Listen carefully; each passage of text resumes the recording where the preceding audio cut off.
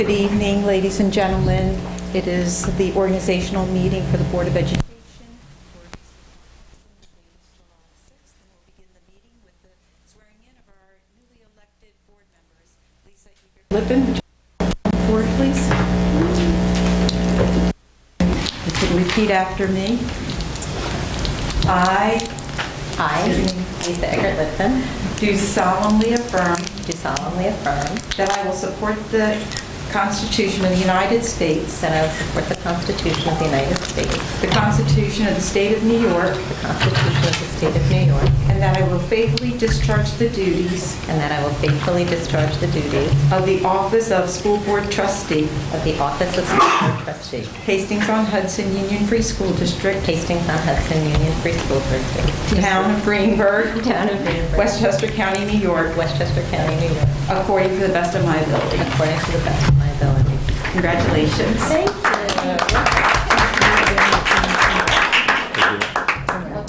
I gotta reboot it because some of this is already logged in, so I can't. So, please just stand here. Right, please stand. You know what, let me get the book. You can sign the book. That'd be great.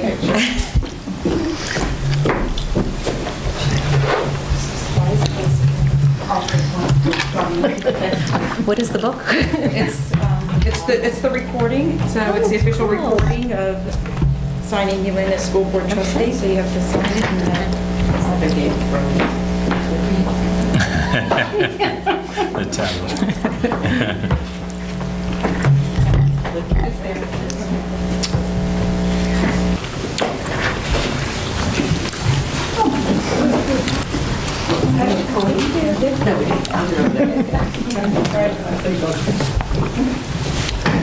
Doug, would you like to come forward?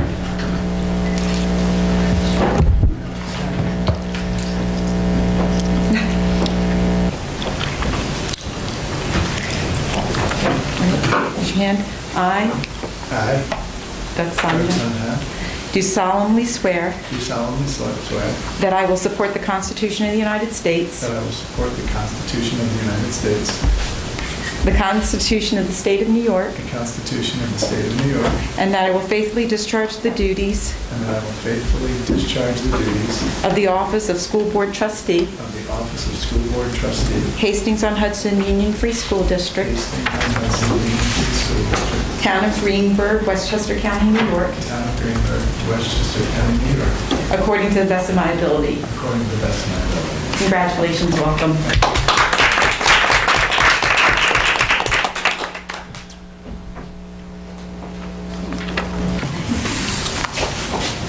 That's it?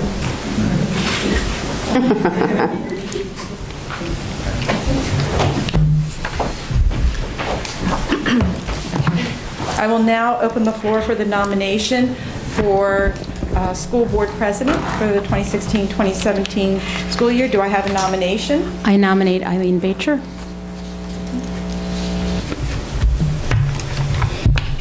Do I have a second?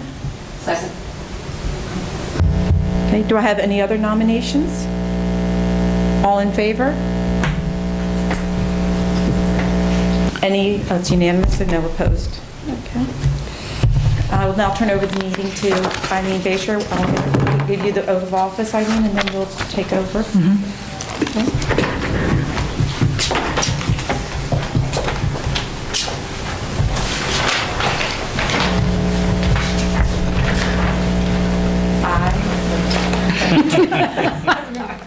We got it right. Do solemnly swear that I will support the Constitution of the United States, that I will support the Constitution of the State of New York, and that I will faithfully discharge the duties of the office of School Board President, Hastings-on-Hudson Union Free School District, Town of Greenberg, Westchester County, New York, according to the best of my ability. Congratulations. For President, and then you can do it from here, do the motion for Vice President. Okay, all right. Yes, there's the Oh, okay, yeah. School Board Vice President. Okay. All right. So the next thing is the election of a vice president. Do I have a nomination? I'd like to nominate Jody Meyer as Vice President. And a second? Second? And any other nominations? Can I have a vote then to approve? Okay. Come on up. Concur.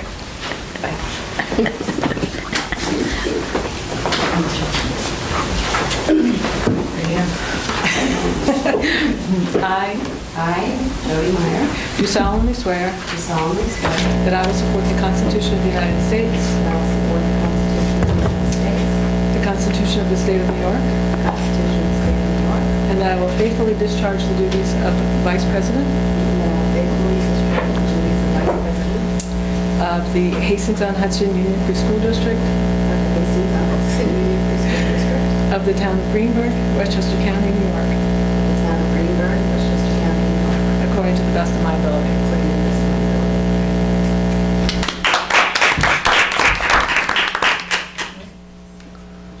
I guess.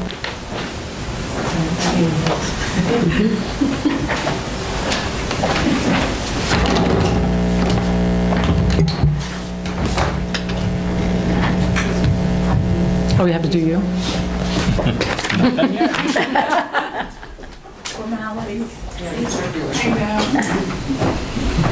Congratulations. Thank you for All serving. right, so this is the swearing in of the district clerk. Eileen, it says resolution first. Does that mean we have to vote on it, or no? Because there are two items here. It says Yeah. resolution and then oath of office. So do we have to vote on the Then resolution? that sounds like we have to vote on it. Yeah. All right, do we nominate? I don't get No, I nominated. think it's just a Just a resolution. resolution. Okay, can I have a vote then on the resolution to appoint Janine Genauer as the district clerk? So moved, And or? a second? Second? All those in favor? All right.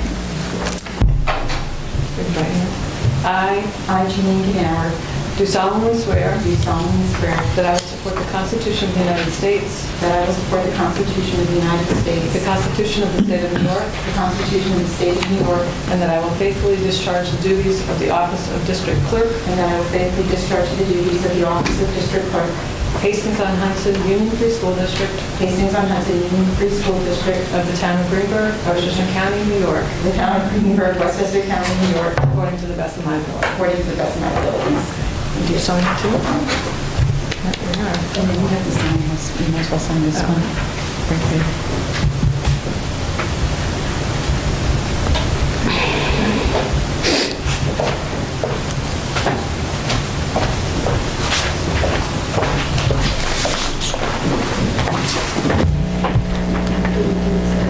Yeah. Okay. There are many items now that are fairly straightforward, but we have two new board members, so I wanted to give you an opportunity, if there's something you'd like to pull out of the consent agenda to discuss. Well, how about the treasurer? Yeah, it's a part of it. Right. Right, but it can be part of this It can be part consent. Yeah. That's, if you want to pull it out, you can pull it out, but, Oh, it does, she doesn't have to be sworn in. no. These are all just appointments Just that go on appointments. from here on, so.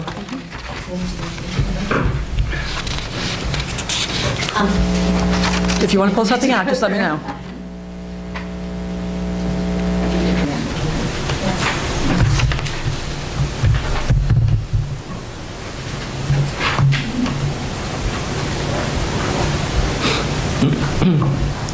Are you doing all the rest, Eileen?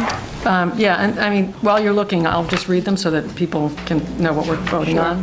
There are a number of resolutions and appointments. The first is the appointment of the district treasurer. The second is the deputy school district treasurer. We designate official depositories for school funds. Designate official bank signatories for school funds. We authorize people to sign various contracts. We authorize appointment of a school district physician, a claims auditor, purchasing agent, alternate purchasing agent, certifiers of payrolls, alternate signers of payroll checks. We establish petty cash funds. Bless you. Designate official newspapers for appropriate legal notices. Appoint the records access maintenance officer. an appeals person for the FOIL, Freedom of Information Law requests. We appoint the liaison for homeless children and youth. The principals will be appointed to receive court notifications on delinquency and certain hearings for students. The 3 assistant principals are appointed as the supervisors of attendance in each of their buildings. We appoint a Title IX officer, a 504 officer, an ADA compliance officer, a HERA, which is the asbestos agency, that designation there, a census enumerator, more contract signing, student residue determination, someone who handles that, signing contracts for out-of-district providers, that's either the superintendent or the president of the board. We set per diem rates for substitutes. We appoint the attorney council that we have. We appoint our auditors, both internal and external. We also, what is this one? The Dignity for All Students Act. We appoint individuals in each of the schools to handle that. A chief information officer, and we also make the appointments to the CPSC and CSE committee for the faculty, not for the parents, but for the faculty. That's what's in this.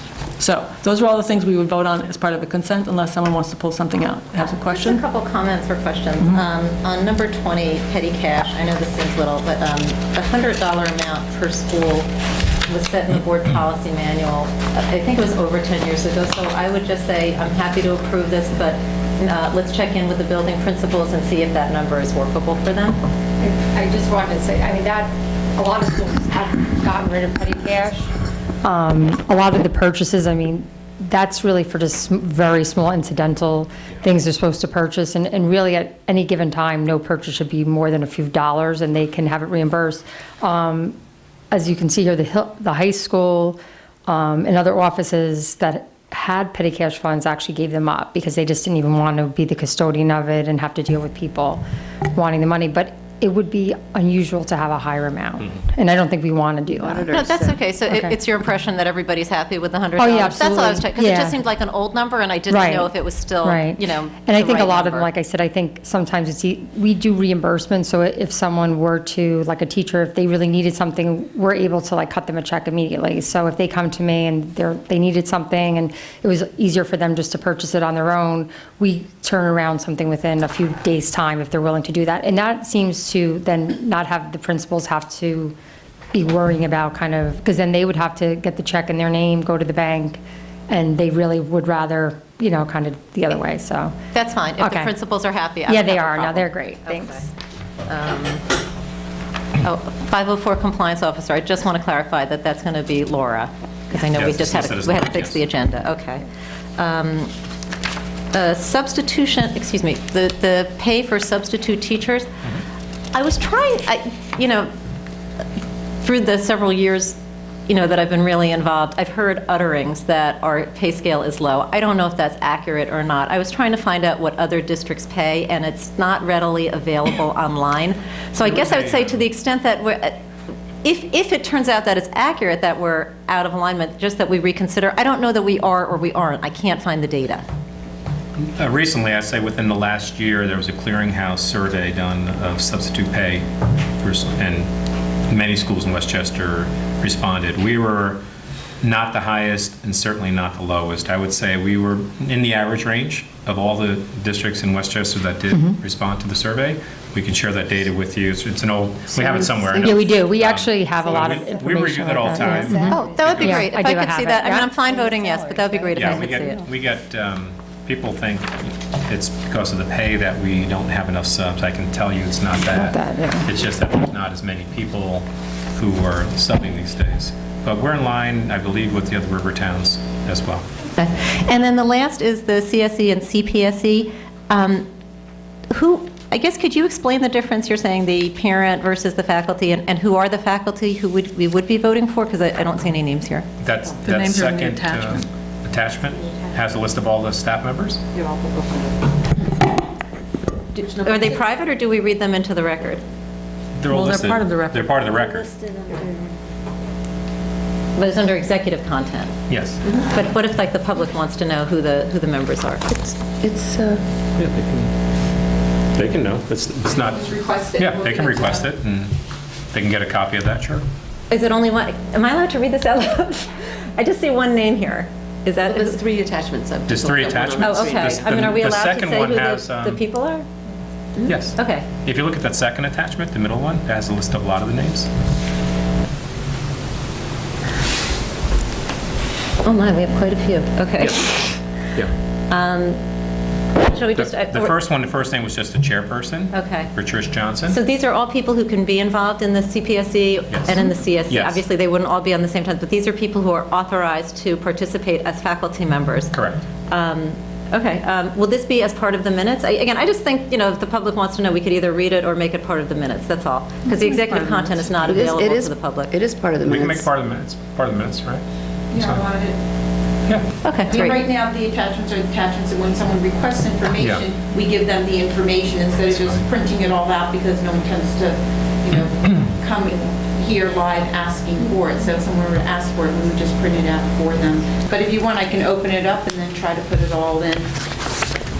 That'd be great. It's fine, doesn't matter. Thanks. And that's it. That's all I have on this. Okay. I have a quick question on the 3 appointments of the lawyers and the 2 types of auditors, the companies. Those are based on them having a certain contract with us, right? And we just have to reappoint them each year. But then at some points in time, we can actually go out to bid and look for and decide if we want to replace. Yeah, or- you can look an RFP Right. on that. So, too. and where are we roughly in there? So I think at the accounting, external auditors, we did last year. We were required by law to do an RFP. O'Connor Davies. Yes, O'Connor Davies. I think we did the Keenan Bean either 2 or 3 years ago. We went out for an RFP. Acume, I want to say, will be maybe the last year, then we would go back out for a bid. For an RFP possibly, yes, for an internal. It's a requirement for your external auditor to do it like it's I think it was 5 years. So that you have no choice in that. The legal service is actually, you're not required to do it, it's a professional service, but we do, as a matter of practice, do it every about 5 years or so. Can I ask, what is the requirement by law? That if every 5 years you just go out for RFP, or is it, what is the decision criteria that you're using to decide who that is? Well, part of it is pricing, but for professional services, it's not the only criteria for it, because you have some ability to choose differently. I will say that with O'Connor Davies, it has been pricing, but there's only about a few firms who are really heavily in this market, and they tend to be, there's definitely a benefit to going to someone who has a much larger firm that deals with schools. I know, as an example, with Acume is our internal auditor, although you could probably get a cheaper internal auditor. Some of them are anyone, like a local person could say, I'm going to do it, but they really have no expertise. So although the board would be paying them, and some other school districts have people like that, but they really aren't giving you what you're paying for either. So there's different things, but the RFP is very detailed, and most of the time you would specify in there, maybe you want a firm of a particular size and have different expertise in the firm, like tax. And just so I'm clear, so for O'Connor Davies, Yes. That's External. But we're in year 4? Or No, year 2. Year 2. Okay. Right. Year 2 or 3. I have to look. No, I think it's year 2. The attachment's on there and it shows the contract year. Acume, I believe we're either in the final year or we have 1 year left. Okay. Okay. Then I'd like to have a motion to approve items 9 through 41 as part of the consent agenda. So moved. And a second? Second? And all those in favor? Okay. All right, now we will move into the regular meeting. So, do you have anything you want to start with, or? Well, I don't have a presentation, but I just think we should acknowledge graduation and how the year ended, because I thought, there was some concern originally moving it over to the Burke Estate, but in my opinion, and I think others share the opinion, it was a really nice venue, the nice setting, And Beat the gym. I think it was beat the gym, yeah. It was a wonderful night, and it was a nice way to send our senior class out. It seemed like there was plenty of room and yet a little bit more intimate than doing it. Well, it wasn't, because it wasn't spread all over the place. Yeah. I mean, I've heard some very positive comments about it. One of the negative comments was that the procession wasn't as nice because, at Reynolds, they go around the track. And so we can, I mean, if it's something that Bert Was the wants traffic to. better? I'm sorry? Was the traffic flow better? I think the parking was The parking probably was a harder. lot better. Yeah. And we parking had was no better? dogs on the fields or anything out to worry about, so that was pretty good. So if we want to consider, I think Lou wants to consider as an option, we would kind of redo the procession a little bit, but I thought it was a nice night, and fortunately the weather held up. It was a good way to end the year for us, and what was a very nice year. And we're getting ready for the next one. I got very good reports across the big pond. Across the big pond, you did. You reached all the way over there, did It did, it did. Nice. I was listening too. So are you saying that the thought is that we might have it there, always have it there? I think the high school administration would like to just throw it out as an option. Not that we would, we'll talk to parents and the kids and see what they think. They want to move back to Reynolds, that's fine too. It's not, I'm not saying it has to be, it was like, wow, this worked out really nicely. Should we consider it? That's all. That was the extent of the conversation. I would just point out as a board member that to me, the biggest problem for the board on Reynolds Field is that we're facing directly into the setting sun. Say that again, Donna? We're facing directly into the setting sun, sitting up there on the dais the way they've been doing it. And here... At Reynolds? At Reynolds. And no, we changed it last year. We faced the other way. But there was some, by the time we still faced by the time graduation started here, the sun was behind the trees. There was more shadow. It was... Well, and certainly in the next few years, there's going to be a lot more shadow. Shade at the More Burke, trees. More shade at the Burke, so. Yeah, that's definitely something to think, because I remember looking out and seeing people looking into the sun, which they probably weren't very happy about. So. And also, I think the speeches were all fabulous. That's what I heard. The two student speeches were really moving and caring, and our own administrative speeches were. Our keynote was terrific as well. Yeah, he was great. Yeah. So, good. Nice good night. night. Yeah. Okay. All right. So we have some public here tonight. Would anybody like to stand up and make a comment? I'm Nicole Topa. I was hired for the lead replacement for health psychologist. Yes. Oh, all right. All right. Okay. So we have a number of business items that I would typically get to before we would get to you. But since you're here, why don't we just pull you up? I'll pull item 5 out of personnel up, and we will look at appointing. This is Nicole Toka, and you're being appointed to a school psychologist leave replacement at Hillside for the coming year. Do you want to? Sure. I want to say hello because I never really got to meet Nicole since she came to interview at the central office after I was homeless for a while, so I had to leave the area. But I did speak with her on the phone, and Jeremy Lupp did have the opportunity to interview her from the central office perspective and was impressed. And we're happy that we can find someone of Nicole's background and experience to fill in for us. It's not an easy position to find as a leave replacement. But as you see from her resume, she has her master's from St. John's University, has some experience at the Mount Pleasant School as well. So I'm very happy that we're able to find someone with that kind of experience for us. And just to clarify, this position's till the end of October? Yes. Is that correct? Yes, just a couple of months. Oh, sorry. So.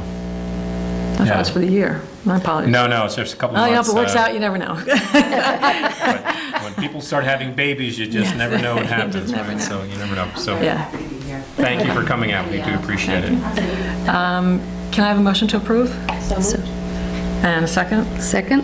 And all those in favor? All right, welcome. Now you're hired. And you're very welcome to stay for the rest, but you're also very welcome to go if this is not the way you want to spend your nice hot evening. So, okay. All right, so if there's no public comment, then we'll move on to business items. Are there business items that people would like to pull out of the consent agenda? Yeah, a lot of them, Eileen, I'm sorry, do you want to start? I mean, we can do them one by one, if you have something. Yeah, if you don't mind, that would be great. I mean, a lot of it's just really asking for explanation, that's all. Okay, fire away. My first question about the food service one, by the way, I think I couldn't pull it up because my computer wasn't up to date on Adobe or something like that, so I know it was there. Same. Oh, okay. That was the only one I couldn't open. Yeah, me too.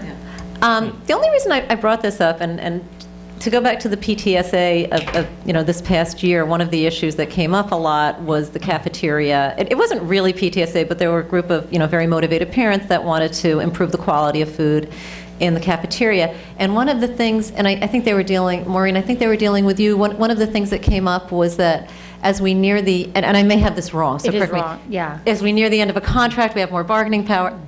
The piece that we were speaking about was the vending contract, which is actually held by a separate company. And that was the piece when Janine had forwarded me just that question. I said, that's what we had been discussing. I mean, yes, this parent group, they're kind of an offshoot of our Health and Wellness Committee. And we've been working together with the current cafeteria company, which I think they're okay with. I mean, absolutely, there's always room for improvement. And we have some ideas that they started to implement and we will continue to do. But what had happened was our vending company that we were in the current contract with, we weren't happy with, we had asked them to make some changes, and there was a recommendation of alternate snacks to be put in, and we had some ideas about putting in either a cold vending machine so that we could serve like yogurts and those type of snacks instead. And it was like an unwillingness from them at first to do it, so I pulled their contract. And that's where I was saying to them, let's just wait to the end of the year, because if they're unwilling to do it, we're not going to continue business. We're at a point now, I have 2 proposals. One will be from our current vending company, which I will not renew with them until they're willing to make the changes. So that was the contract that this group was kind of talking about. Thank you. So it's actually, we're in a good place there, so. Terrific. Was there anything else on that one? Not on that. Okay, can I get a motion then to approve the food service contract? So moved. And a second? Second? All those in favor? Okay. The capital markets advisors? Can I get a motion to approve? So moved. And a second? Second. All those in favor? Transportation contracts? I just had a question about this one. Reading through the document, I wasn't sure. I know in the budget, Maureen, I saw it was like 1.5 million. And then reading through those numbers, I think it came to like 1.1. And I wasn't sure what the difference between that and this contract was, the 1.5 and I just did a quick kind of addition of the numbers in this contract. Right.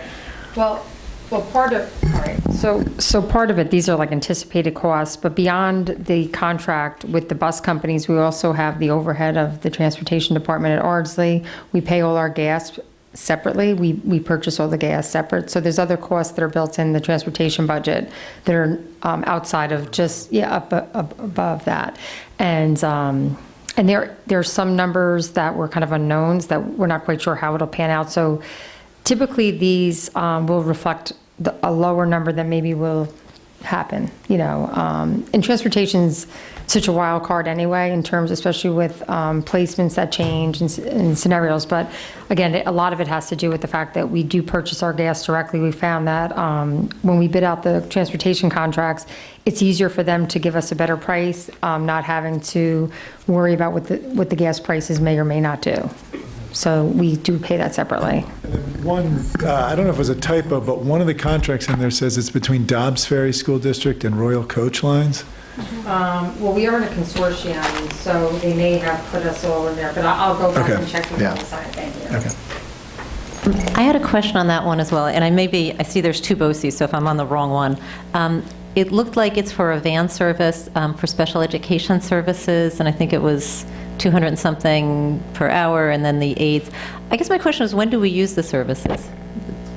Are we taking special education students like during the day from place to place? I just wasn't sure of the use. Are we talking about, there's the one for the summer school contract, and then that's the one that has the vans in it? Oh, you know what? I didn't realize that was for summer school. Yeah. Okay, so that's what that's for. Okay. And it's either, it just gives you a rate for what the different costs of, depending, sometimes they're smaller vehicles. So. Okay. So Maureen, what are the big major chunks of these contracts? There's the in-district contract, which In-district, out-of-district, special, our special ed students, parentally placed students in private and parochial schools are the main large contracts. Then we also have our trips and sports that run through there. This year, we're anticipating we're going to have higher transportation bills like we did this year because we have to bus our teams off-site for practice. In the fall, we'll have to bus our kids to alternate practice locations for football practice, and because we really will have no fields online in the fall. Maureen, a parent had said to me that she thought that parents were going to have to drive. Is that incorrect? No, that's incorrect. They are busing. Wonderful. We are busing, wonderful. yes. Mhm. So all fall sports will All have fall bus sports transportation is- for practices? Yes, Well, football, we may use Hillside. correct, right. But still, parents don't This have to past drive. But I think we're going to have more away games and Parents things, don't too. have to Yeah. drive. No, right. Yeah. So we actually did budget for that this year. Again, we weren't quite sure, what that number is going to look like at the end, and depending on where all the locations we have to bus to. Okay, can I get a motion to approve? So moved. And a second? second. All those in favor?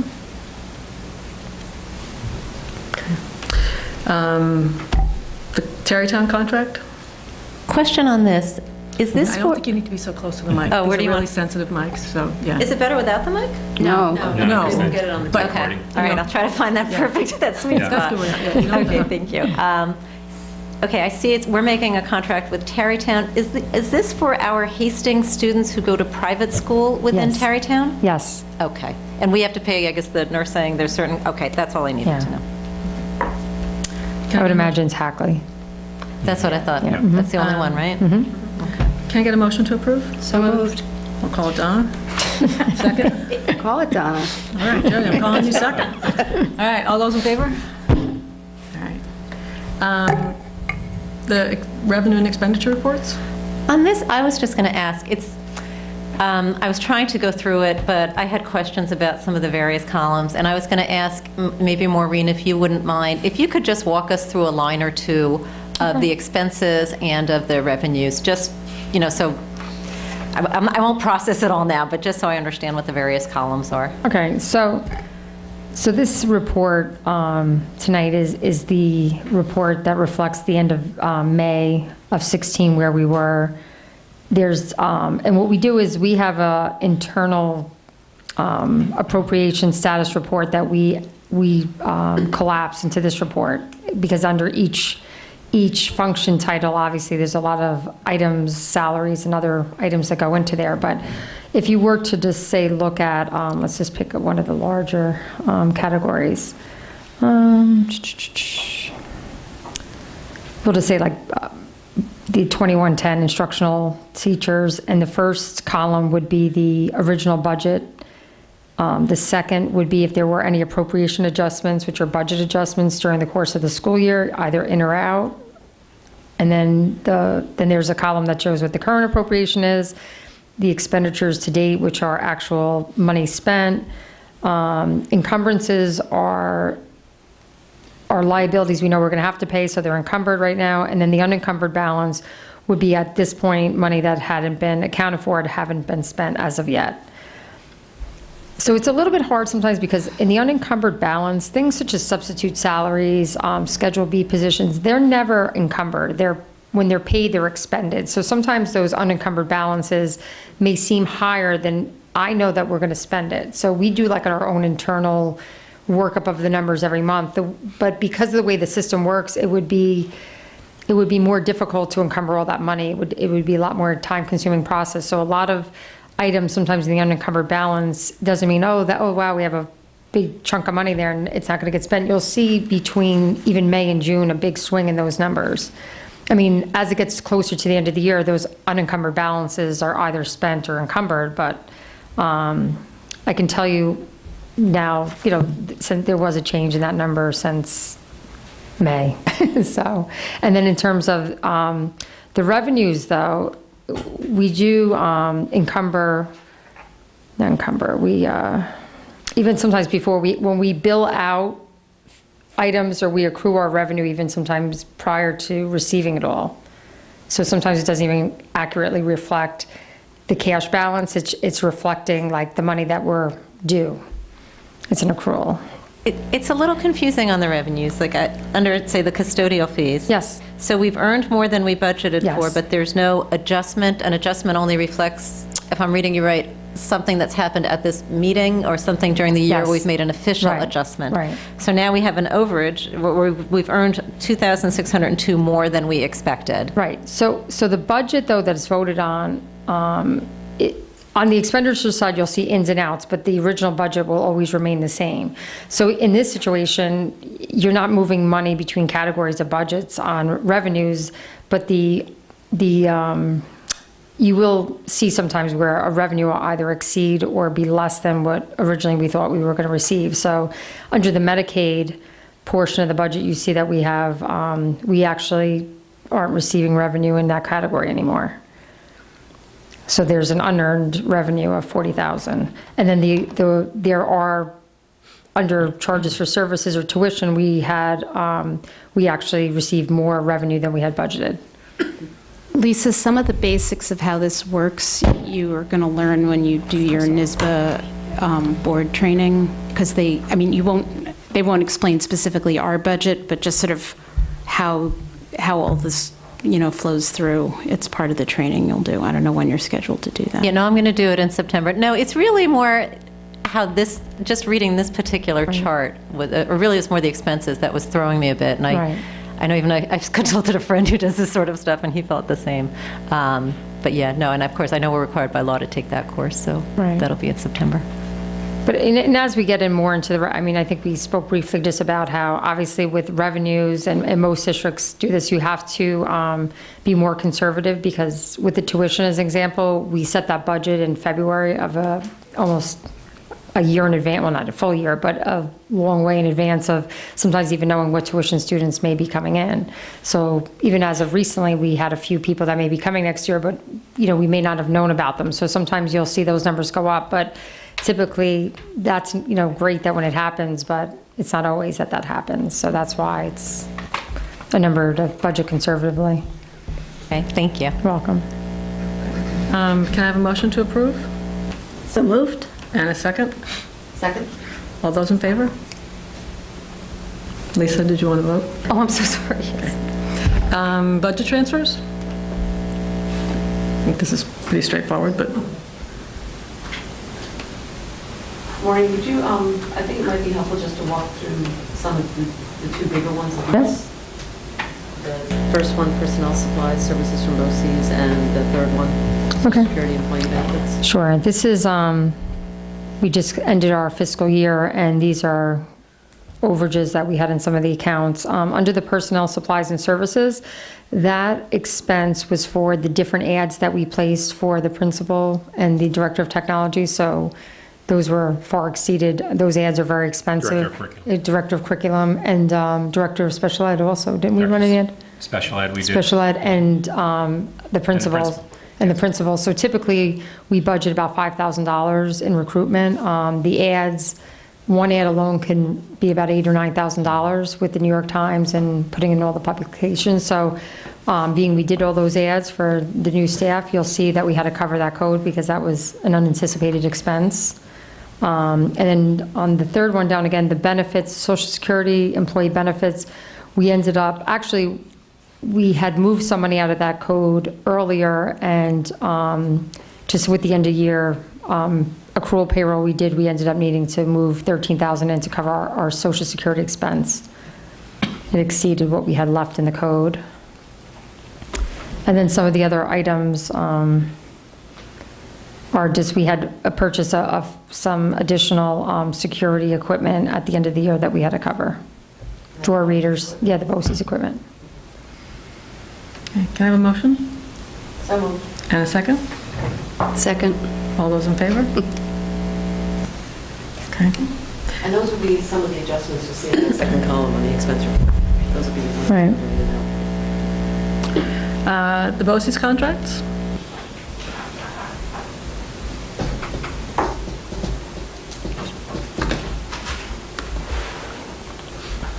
While you're thinking, I'll ask for a motion. So moved. Maureen, what's the typical reimbursement we get on this? It's a About 50. About 50? 50%. 50%. Mhm. So we lease the computers from them for $79,000, which includes $4,000 in interest. Right. But then we get it back the following year? Yes. Well, over the course of time, obviously, we pay it, right, it matches out, we pay these back. We can decide whether to take we took a 36-month lease in this instance, but you can take them out for up to 5 years. And then the aid would align with, how you're paying it back, coming in the following fiscal year. So it's definitely still a good way to go, even though you pay. So I have a motion, can I get a second? So moved, did we have a motion? Yeah, Donna motioned. I moved. You did? I moved. She did. A second. All right, so I'll we'll see. second that. A second, okay. All those in favor? Okay. The Millicon construction, the allowance? Yep. This is so that they can use the additional allowances built into the contract price? When they're initial doing additional work? allowance, This is okay. the masons on the building. Mhm. Can I get a motion?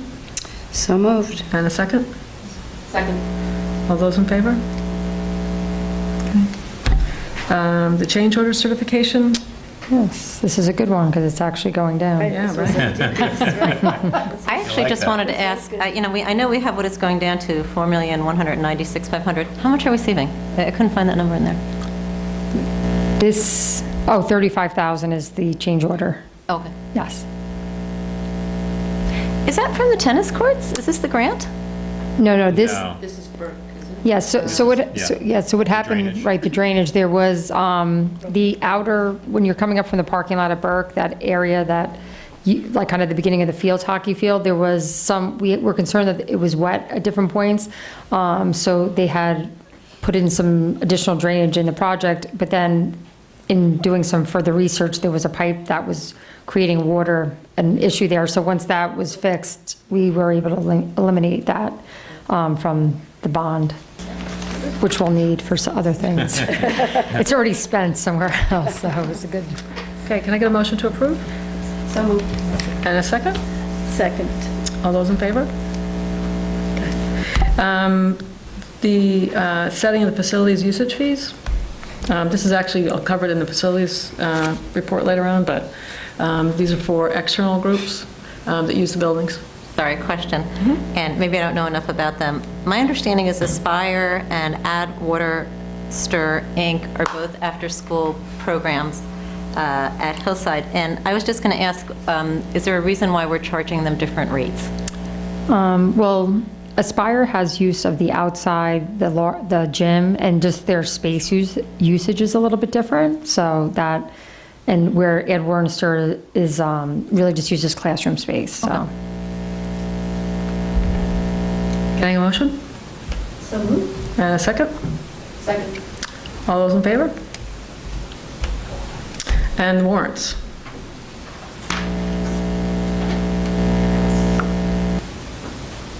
Can I get a motion? So moved. And a second?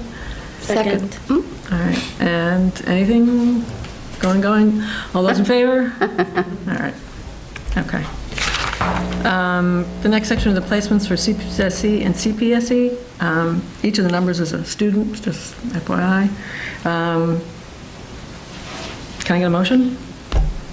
Eileen, could you just explain the process on how these CSE appointments have gotten to us? Just so, obviously I'm not part of it, but if you want, if you tell me the director of special ed and the various people have all approved, that would help me make my vote. So if you could just go through how it comes to us. These are recommendations that come from the special ed office, so that they, after their meetings with providers, families, these are the recommendations that come forward on changes to program for children.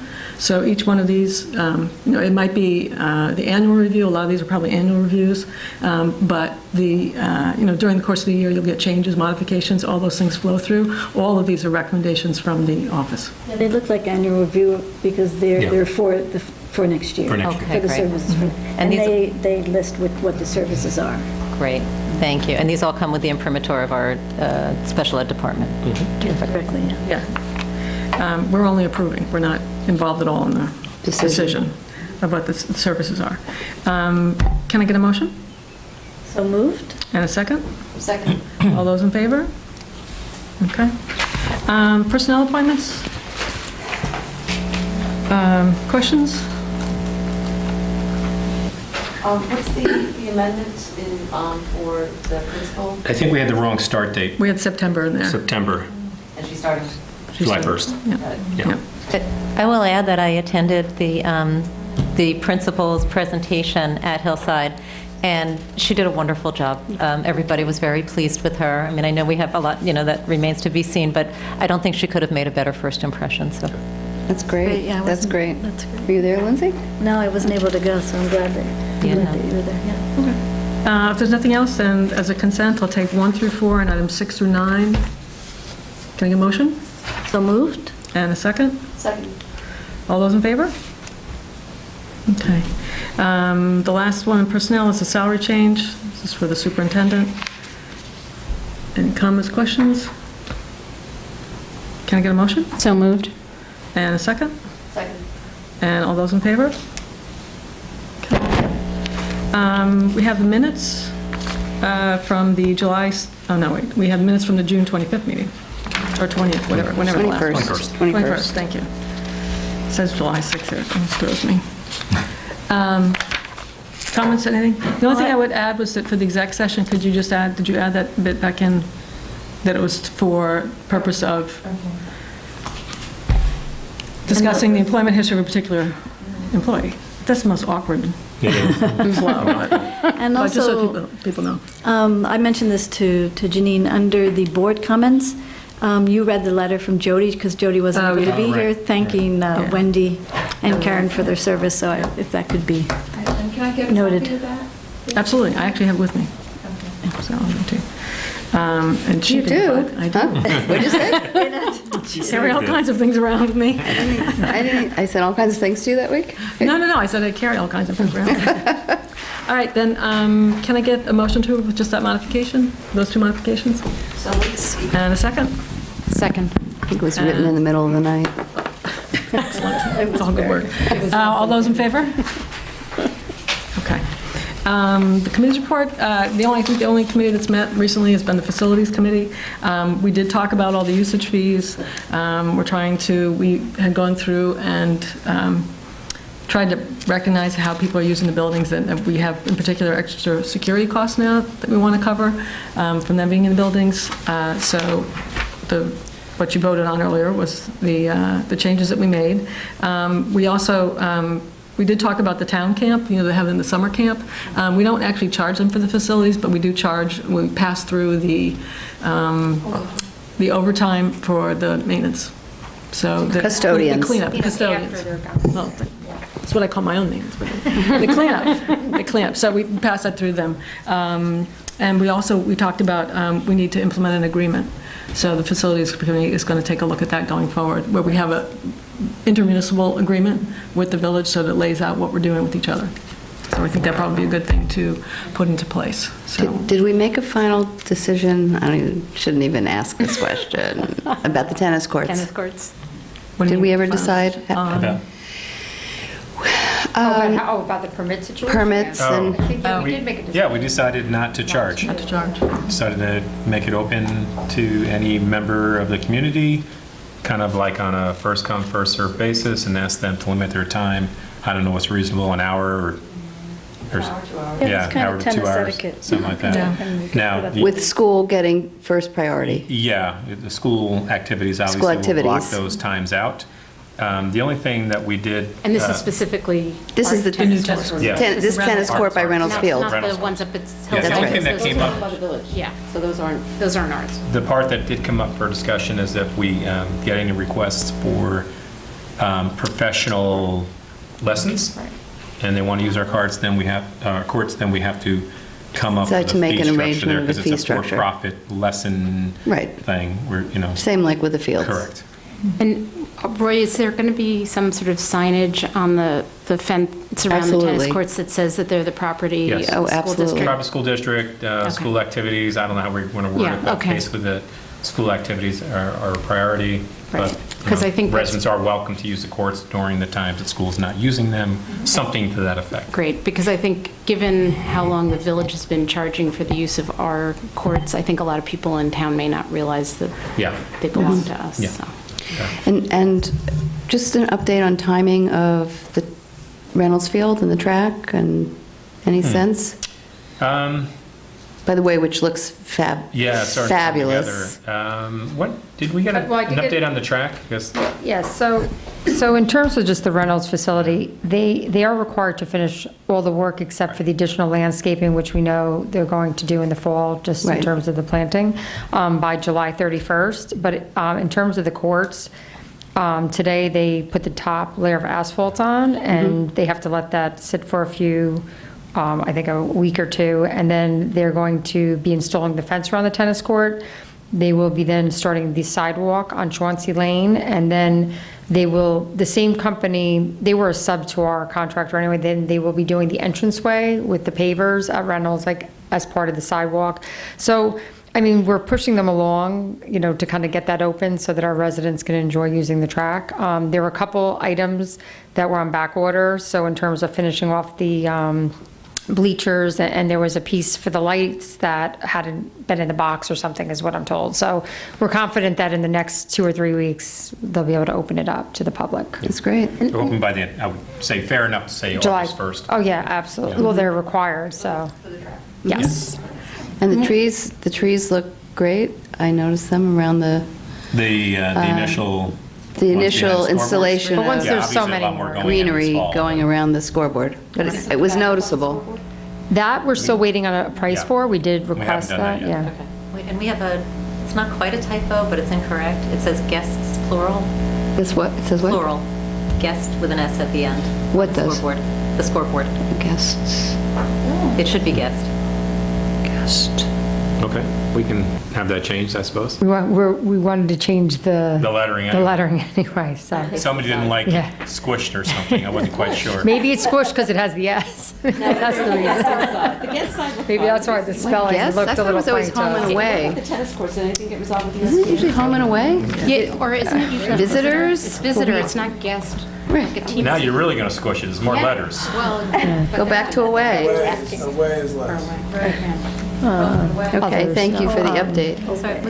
It looks terrific. Yeah, we have not heard back from the You USTA. had said that, like, some of the because I actually haven't driven by there in the last couple of weeks, but you had said that the grass, that some of it was turning brown, and that if that was a problem with the initial sod, they were The rain supposed yesterday, Right. like, greened the whole thing. Right, Yeah, so. that's all it takes is water. to. Is it back? Yeah. I mean, Yeah, Right. by- There was Right. a couple of weeks ago, or I guess it was about, a couple weeks ago now, there was a problem with a couple of the sprinklers. I was going to say, the And also sprinkler the system. Has, right. Sometimes when I That's been go to fixed. That's been work fixed. early, It's I gotten see the better. So it has- sprinkler okay. on.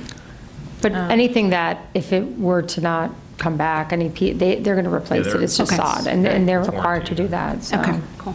And we still owe them money, so they'll do do it. it. I think we shouldn't use the field, it looks so nice. It does look beautiful. lot And of that, people that's like one that. thing we're going to have to discuss just back at the forget about facilities football. committee in terms of securing the fields, because as I mentioned before, although it looks beautiful, it really won't be ready to play on at a very limited basis, the end of, or sometime in October. We're going to have right now Two we're planning games. to have 2 home games in the fall. Homecoming weekend, which is actually the middle of September, is a homecoming weekend. So we're going to push that one a little bit, provided the weather holds up. If it If rains there's at any all, we rain, no call way. off. No. And then there's one other game, I think it's in October. Oh, okay, So those are the 2 that we have scheduled. right. But other Because than that, actually, we won't only limit we only planned, I think, to have 3 home games all, Anyway, this year. anticipating anyway. Right. So I think we'll have 2 of them at home. Our goal is to have it open again for the homecoming weekend. Yep. Okay, so that's facilities. We have a bunch of things in new business. Comments on the guidance plan. This is one that needs to be reviewed annually. Not really so much by us, but by the administrators and the guidance department, but we review it annually as well. Question on the guidance policy. I was another one I was having, it was glitchy, so I have not gotten to read the whole thing. Okay. One thing I questioned, just because it's been coming up more with some of our athletes, do we have anybody, I don't know if it would be in our athletics department or in guidance, do we have somebody dedicated who can deal with our really promising athletes who may have a chance at either getting into college or getting a scholarship? Because I know that process begins at the beginning of the junior year. So do we have that in place, or is that something we want to put on our future discussions on? I'm trying to understand it. I mean, if you have somebody who could be a D1 player. Yeah. Not even D1, so for example, D3, whatever, a D3, a friend of mine. A his college son- player, right, a Yeah, college his son is doing track at Bowdoin, but the process begins early in the junior year as opposed to when traditional college processes start. Generally, those things are handled by the athletic director through the coach of that particular sport to the college coaches. That's how most other schools would handle that stuff. Is that what Adam's doing here? Because Well, if we have that kind of athlete, I would assume he is doing that. I think we have a few here and there. Maybe it's just something we want to have something on our website or something together. If you are a parent of this sort of child, he's done please do X, Y, and Z. presentations like that. Yeah, he has done presentations and NCAA clearinghouse stuff and students. I believe he does. He does something through the coaches. We're asking students or student athletes if they plan to play in college, if that's something they want to do. So I can follow up with him though and make it more out there. And maybe contacting the parents as well, because maybe the student says one thing and the parent says another. I would say the parents often think their children may be more desired by colleges to play than they might be. No, I think that's very true here. But at least as generally the long as contact everyone knows the coaches- process, is all I'm saying. Yeah, no, I That the understand, process but- is on everyone's, because it really comes as news to a lot of parents that the process really begins significantly earlier than the Yeah. traditional college process. Generally, in my experience, and because I've been at several schools where we've had very high-level athletes, the main contact is through the head coach of that sport.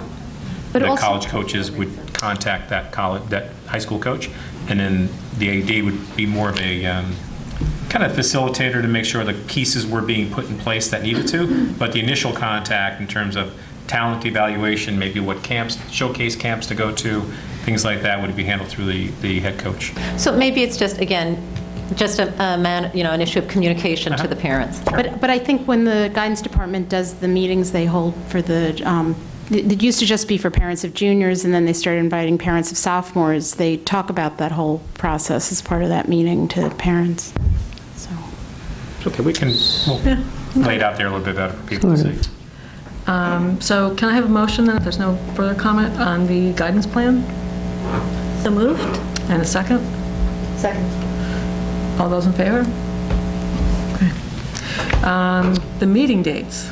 All right. Did you see the calendar that is on board docs? Did you put it on board docs? You know what, no, I just realized we made some small changes, I think, to the one I put on board docs when we had the discussion.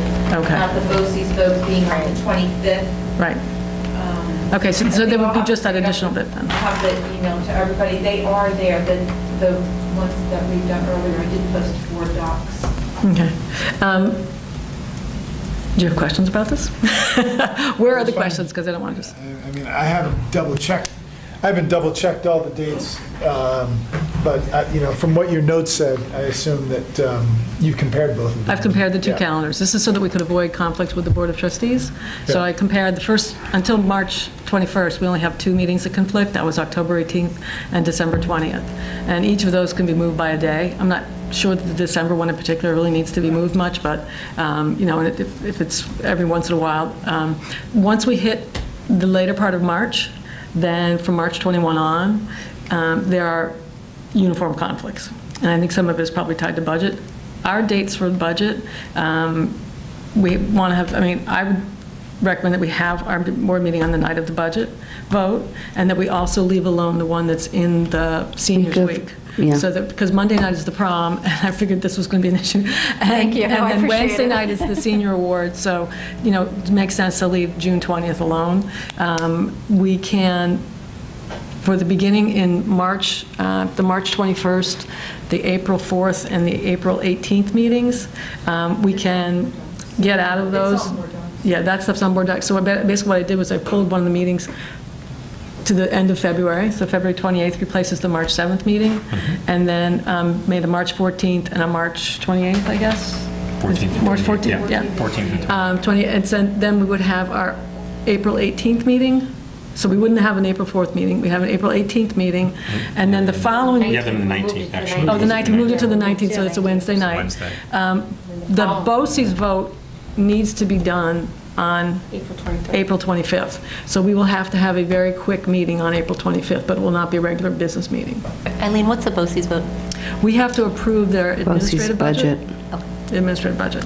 And, you know, it's really very, it's not like we really have much say on this at all, but we have to approve it, and they dictate the day. So if we can handle it that way, then we tend to have, we'll avoid most of the village meetings. We will fluctuate a bit which night we're on, so hopefully that doesn't confuse people. It might help people because they can't make Tuesday nights or something, but that will get us through the coming year, and then we can think about the following year if there's a better way to do it. I can't ever make Wednesday nights. I'm missing what I'm supposed to be doing every Wednesday night by being here tonight, and I did that because in the first 10 days of July, it was the only day we could pick. It's also difficult for me, Donna. But if you move this to Wednesday, I'll miss. So I'll the miss- Wednesday meeting. I'll have to miss those 3 meetings, and I yeah. don't know, I would rather conflict with the village and have all the school board members at the school board meetings than not conflict with the village and have the actual board members of our board not be at our meeting. It just doesn't. I think it's a fair point. It doesn't seem to make sense to me. I don't know who. I don't really understand. So one of the reasons I have a specific issue that's going on with the village board right now that requires me to be at some of those meetings. But at every single one? No, but Okay. I just, this is how the conversation has gone forward. It doesn't have to be every single one. The problem is I never know Which meeting is? what meeting that some of these agenda items are going to be. But do you think it's going to be Still be going on in the meetings? spring? Multiple meetings? I think it's going to be going on for a couple of years. Really? Wow. Okay. Easily. But,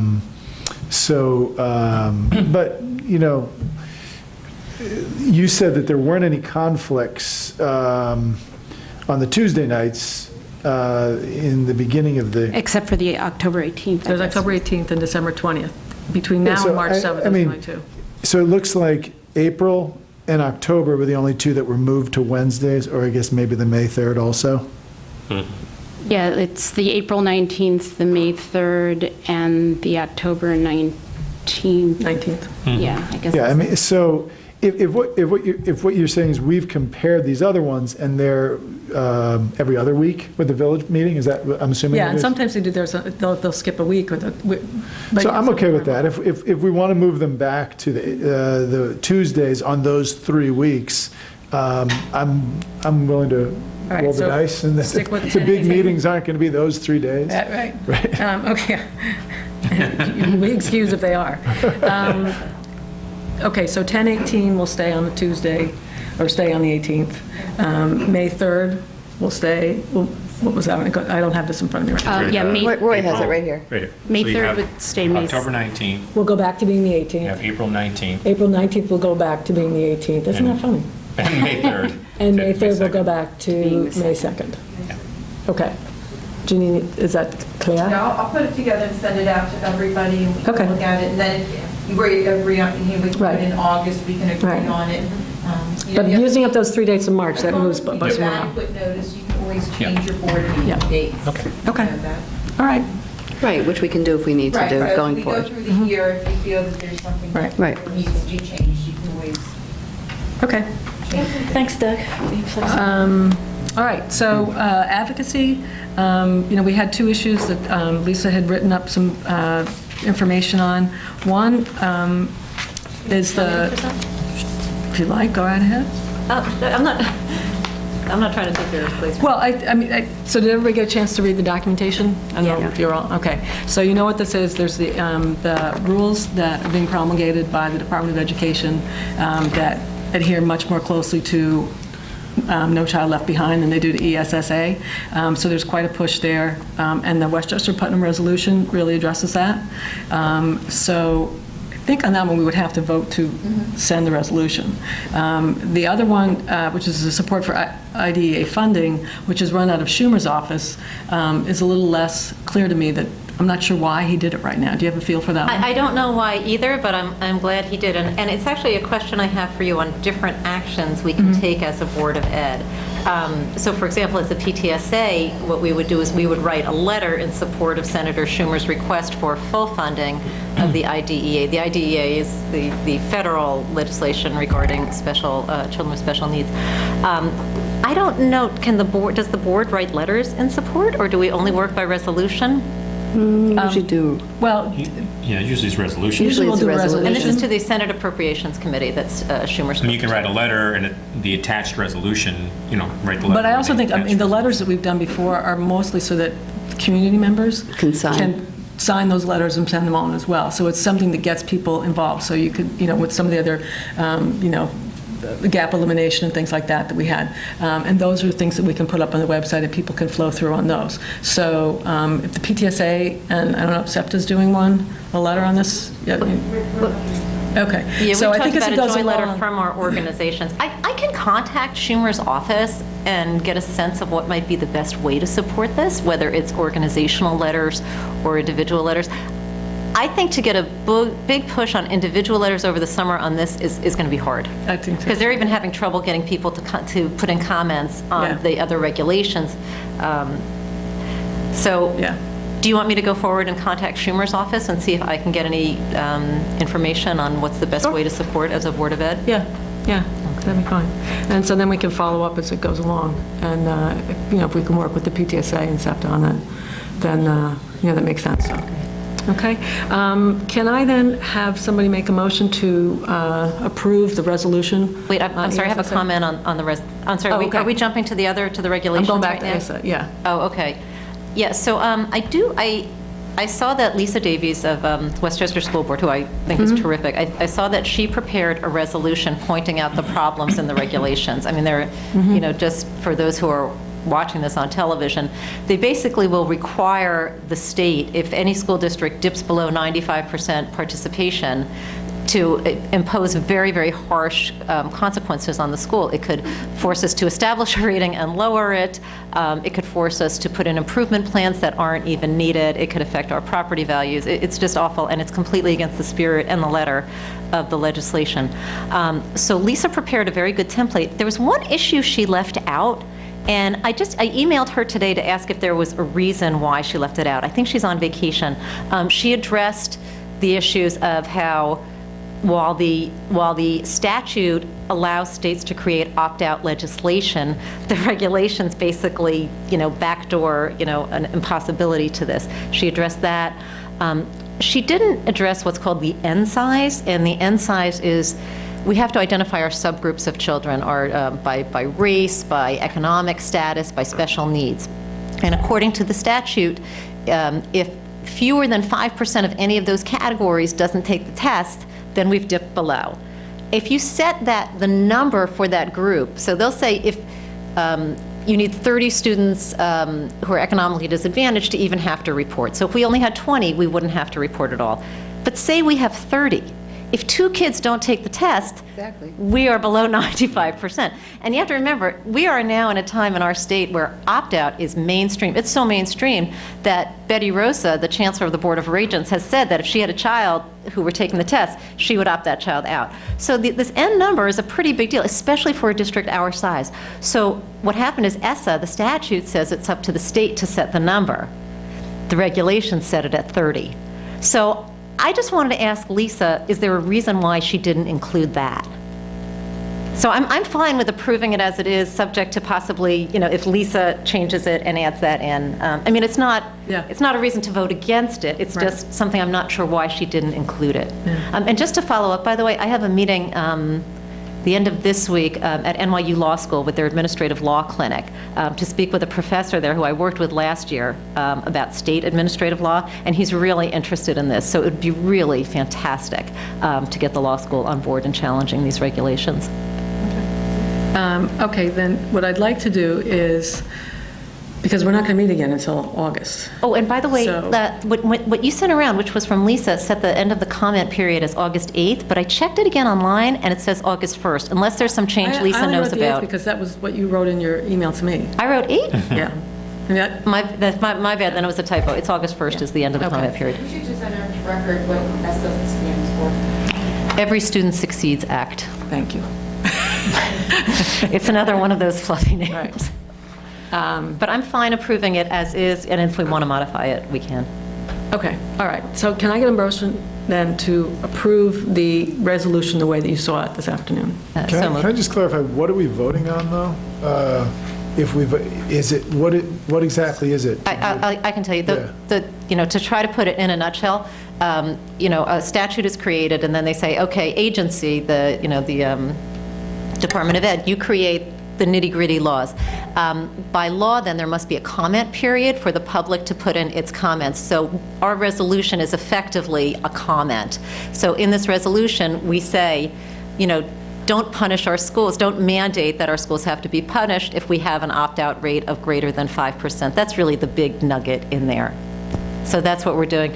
And then the Department of Ed will choose to change it or keep it as is. I'm not very optimistic that it will change. Well, they're getting a lot of pushback, though. Yeah, but I'm just surprised they put them out like this in the first place. Oh, well, that's a long story. So, is that clear, Doug? Pretty clear. Clear-ish. Administrative law is not clear. Right. Yeah, but it's the whereas form. Right. That's what we're voting. Yeah. That's what actually we're voting on. And so that actually gets, we sign that as a district, and we send that in as a voice in the process. As a board. As a board. As a board, yeah. So can I have a motion to approve that? I move to approve that. Okay. And a second. Second. All those in favor? Okay. All right. The policy review, two of the policies that we need to look at annually are the investments and the purchasing. I do have a comment, just, sorry if I take a moment to find where my comment was. This was in the purchasing. It was a good provision, and I just wanted to find out if this is something that we're actively doing. It says, the board is also aware of the need to reduce exposure of students and staff to potentially harmful chemicals. So we will purchase and utilize environmentally sensitive cleaning and maintenance products in our facilities wherever feasible. That's terrific. I assume we're doing that? Yeah. Wonderful. So anything, then, we don't have to vote on these, we just had to review them. Right. So if everybody's content, then we will note that they're reviewed, and then Lisa, as I said, had a lot of comments on individual policies, but we'll take them up to the policy committee. Hopefully Lisa will join us on the policy committee. I would very much like to. Okay. Which, nice segue. Thank you. Brings us to the committee discussion. And this was really a question of Lisa asking if we could add a couple of committees. So she's talked to Roy and I about it, but you want to talk to the rest of the board, hear your comments. So, go ahead. Oh, sure. There were two committees that I wanted to suggest that we consider adding. One is the restoration of the district-wide technology committee, and one is a committee on special education at the board level. So I'll start with special ed. I tend to look at the other river towns as our touchstone to see if we're in sync or out of sync, and not that we have to be in sync, but it's a flag for me. So the other three river towns all do have some sort of board committee or role in special education. So for example, Dobbs and Ardsley both have Board of Ed special education committees, and Irvington has a special education liaison. And sorry, as an aside, at one point I will ask somebody to explain the difference between liaison, Board of Ed committee, superintendent committee, and district-wide committee. But so they all have some sort of board presence with special ed. And another thing that I've realized as I've been doing my own education is how heavily regulated special education is. And it's, it's not intuitive, and it definitely requires an education. And, I just think from where we are here, I think we're starting out on a new foot in a wonderful way. And I think, I'm not sure that I know exactly the best route to go. Is it better to do a liaison? Is it better to do a special education committee? But I think something would really, I think it's the right time for us to have it, and I think it's, I I don't like that we don't have any special ed, when you look at Board of Ed the way you do at other towns. I haven't gone beyond the river towns. So I would put it out there that we could decide right now what we like. I could say we could come back in August and maybe research some different ways to have this, be it a special education Board of Ed committee, be it liaison, be it some other role. But that's what I wanted to put out there. If you'd had a liaison, they would be a liaison to... Well, that's what I said before, that if somebody could explain the difference between Board of Ed liaison, Board of Ed committee, superintendent committee, and district-wide committee. I see all these terms being bandied about. Like I said, I believe Irvington has a special liaison. I'm not quite sure how that works. That's why I'm saying we may want to do some research in the interim. And I don't know if everybody's on board with the idea, but I think, again, special ed committee or some form of that at a Board of Ed level Lindsay, is one of do you the have committees I thoughts? wanted to suggest. Well, one thing I did as a special ed teacher and board member is, in the past, until my own meetings conflicted with the SEPTA meetings, is I was the board liaison to the special ed, to the SEPTA meetings. So I attended the meetings. And that's something that I did in the past and found very helpful, was able to be that board presence at the meetings and then be able to, communicate back to the board. So that's one thing that we have done A in the liaison past. is basically that. It's not our committee. There's some other organization that has a committee, and one of our members sits on it. So maybe a committee, maybe a committee's more appropriate. I spoke today with a Dobbs Board of Ed member to discuss what they do, and what he said, it was very interesting. He said basically, I guess the CSE and CPSC things that we acknowledge here, because I understand we don't vote, we just acknowledge. He said that that's discussed there in redacted form, of course, but that they also talk about, trends in special education, professional development, what's working, what's not. He said actually this past spring they decided that they wanted to voluntarily bring in an auditor to see how their special ed department is working. So sort of that board level constant review of special ed.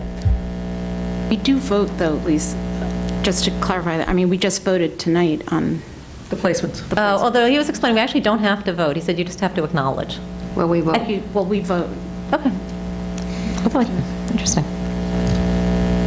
But anyway, that's I the think this special is ed. something we could think about. My inclination would be for us to have a board member who was a liaison to SEPTA, just like we've always having wanted board to have members who one. were liaison to each of the schools.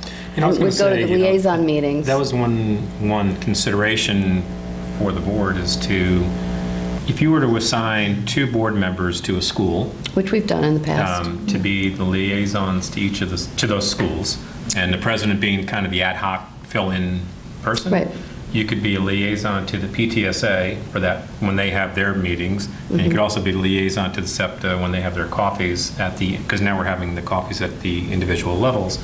It's just another thought, another way to think about it. That way you can bring back information directly from the schools through a couple of different groups. Just another And we way also to have a look at it. liaison to the foundation. Sure, Yeah, the foundation as another- well, yeah. So, I mean, there's different ways to go about it. It's just something to toss around and think about. Yeah, and I think my only hesitation with the liaison is, I think especially at this time in the life of our district, I think the ability for parents, SEPTA representatives to come and either sit in on a committee meeting or be part of a committee, to just have some role in this with the board would be very beneficial. And the liaison, I think, does not allow for that.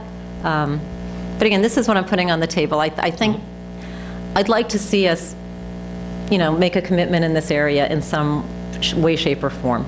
Again, it may be too soon to make a decision this evening, but if it's something that everybody thinks about, it sounds like there's concern here, it sounds like there's some support.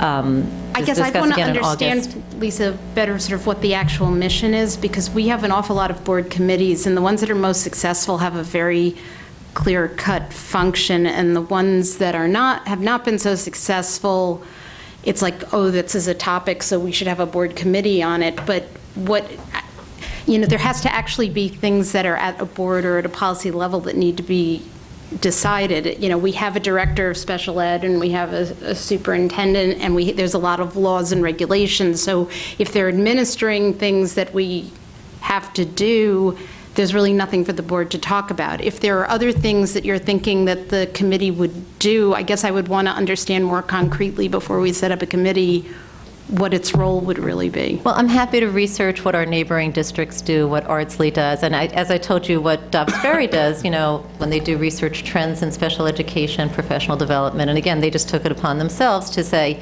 we want to make sure our special education department is top-notch, so we're bringing in this outside auditor. And the other piece, again, it does show I'm not happy when I look at our website and I don't see special education represented there under the Board of Ed. Represented as a committee, you mean, or just, Well, that's how other districts have acknowledged it. Again, as I said, Ardsley and Dobbs, and Irvington does the liaison.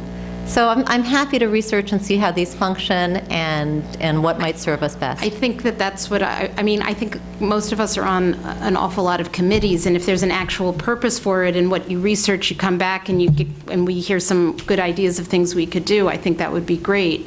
But to just set up a committee so that on the website it says we have a committee, to me is No, not. Donna, that's not what I'm suggesting. Yeah, but that's why I'm saying I need to have No, some but I'm meat talking behind about, well, I guess I'm not sure how much more you want, but I'm happy to find out. Like I said, I told you what Dobbs did. It seems to be working quite well, but I'm happy to research. Lindsay, do you know what Scarsdale does? They have very few board committees. The board meets as a whole and discusses topics. They don't have committees. Oh, interesting. Okay. In the same way we do. Okay. Yeah, my sense from going to the NYSBA conferences, that when you talk to people all over the state, it's all over the place. Some have very few committees, some have a lot of committees, some of them have completely different types of committees than we do. Different boards sort of function differently, and that's why I think if we haven't had it, I think it is useful to have some real nuts and bolts to understanding of what the committee would do before, we would set one up. All right, so why don't I research other districts, and then we can discuss again in August. I'll look into it too. Oh, thank you. Yeah. I'm just looking at the Dobbs site real quick. Is that the one you're referring to? They call it a CSE subcommittee? Is that what you're referring to? Yeah, no, I talked to him, and that's when he said that they No, I didn't know. Yeah. It wasn't, maybe they don't have a SEPTA. I'm not sure. Do they have a SEPTA? They have, it's not called SEPTA, but they do have an organization dedicated to children with special, Trailblazers, maybe? Oh, okay, because that's not listed. It says, they refer to it as a CSE subcommittee. They have 2 board members listed Yeah. for it, but I asked, and he said, of course, it's open to the public, and, they can have discussion with the public at the committee meeting. Yeah, okay. I was just curious. Yeah, but look into, see what that is, actually. The other committee I wanted to talk about, let me just get my documents here, is reinstating the district-wide technology committee. And just to sort of put this in context, and this is all I could find from us, our board policy manual discusses instructional technology, but the policy was adopted in 2004. I see it was revised in 2014, but I believe that was a renumbering. It reads like it was written in 2004 rather than 2016. And back then, I get it. We were trying to infuse technology in the classroom. We had to make sure that our kids had computer skills. Now remember, 2004 was before we even had an iPhone. The conversation has really changed around technology now in education, that a lot of the discussion is, there's this really cool stuff out there, but what is best for our children? How much does our community want? What is real, how much educational bang for the time buck are we getting? And there's no right or wrong answer. Schools run the gamut on this. We have fully online high schools. We have Waldorf schools that reject technology. I work with a superintendent in Westchester, and she says, I will not allow smart boards in my K through 2 classrooms because I believe they're inappropriate. Again, no right or wrong, but the point I'm making is the discussion around technology and pedagogy and teaching has changed in the past few years. In the survey that Doug and I had done during the campaign, it was a very big issue with some people happy and many people saying there's too much screen time.